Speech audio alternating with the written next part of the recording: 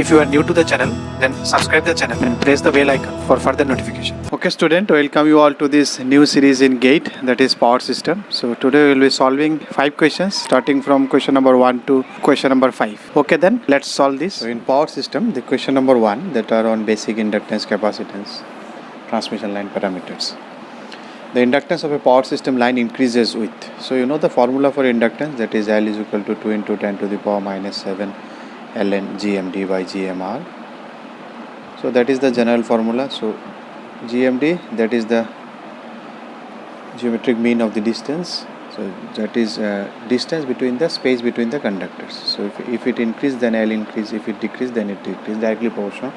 And we have used this one in EM theory 1 parallel conductor concepts also. If the distance is reduced by half, then L will also reduce by half, something of that format.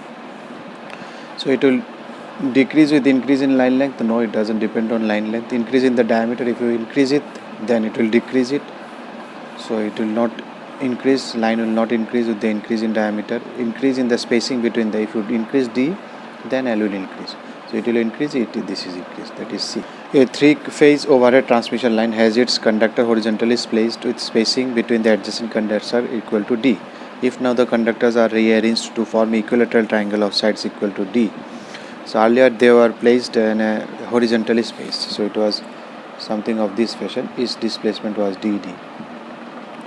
So in that case, what is your GMD? Your GMD was under root all the possible distances, then you take geometric mean DD, distance between these two, distance between these two, and distance between these two 2D.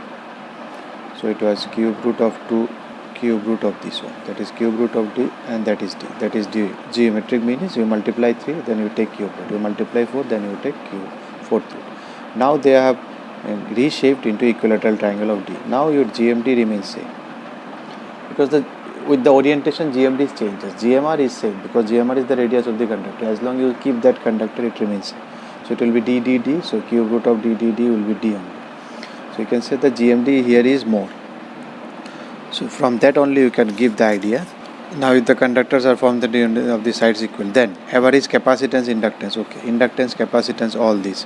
So you know inductance, if you increase your GMD is increased, so inductance will increase from this formula only. And capacitance is pi epsilon 0 by ln, again GMD by GMR. So here it will be just reverse of that one.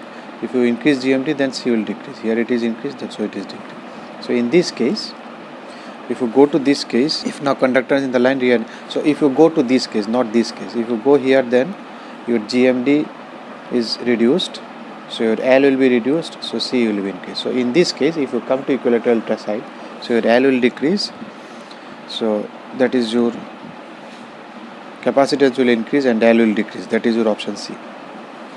You can see your inductance, capacitance will increase and average capacitance and inductance will decrease. Now if you come to third one, the charging current of 400 kV transmission line more than that of 300 kV transmission line, is it true or false? Now what is that charging current? So charging current IC is equal to, you have capacitors, all these capacitors between conductor and the earth. So these capacitors, always there is a leakage current. So once you have the XC, then what will be the current? V1 by XC, that is what is the voltage level, and then XC. So V by XC, so it is V1 by XC, that is equal to V1 omega C or V omega C, whatever. So if you increase your V voltage level, so obviously charging current will increase. So it's more than that of this one, so obviously it is true.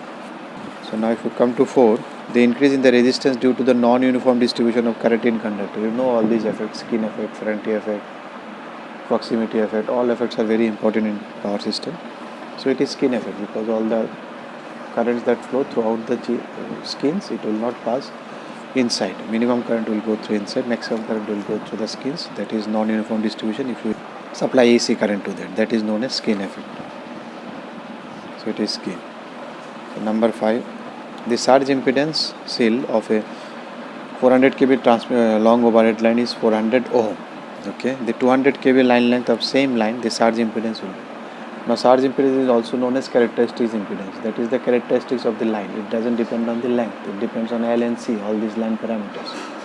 So on the basis of length, it doesn't depend. So it is the characteristics impedance on line depending on L and C. So L and C doesn't depend on line, so it doesn't depend on line. So your surge impedance always remains same, whatever length you take. it's like resistivity in your property material. So it will be same for 100 ohm. That is your option C. If you like the video, then press the like button and please give your valuable comments in the comment section.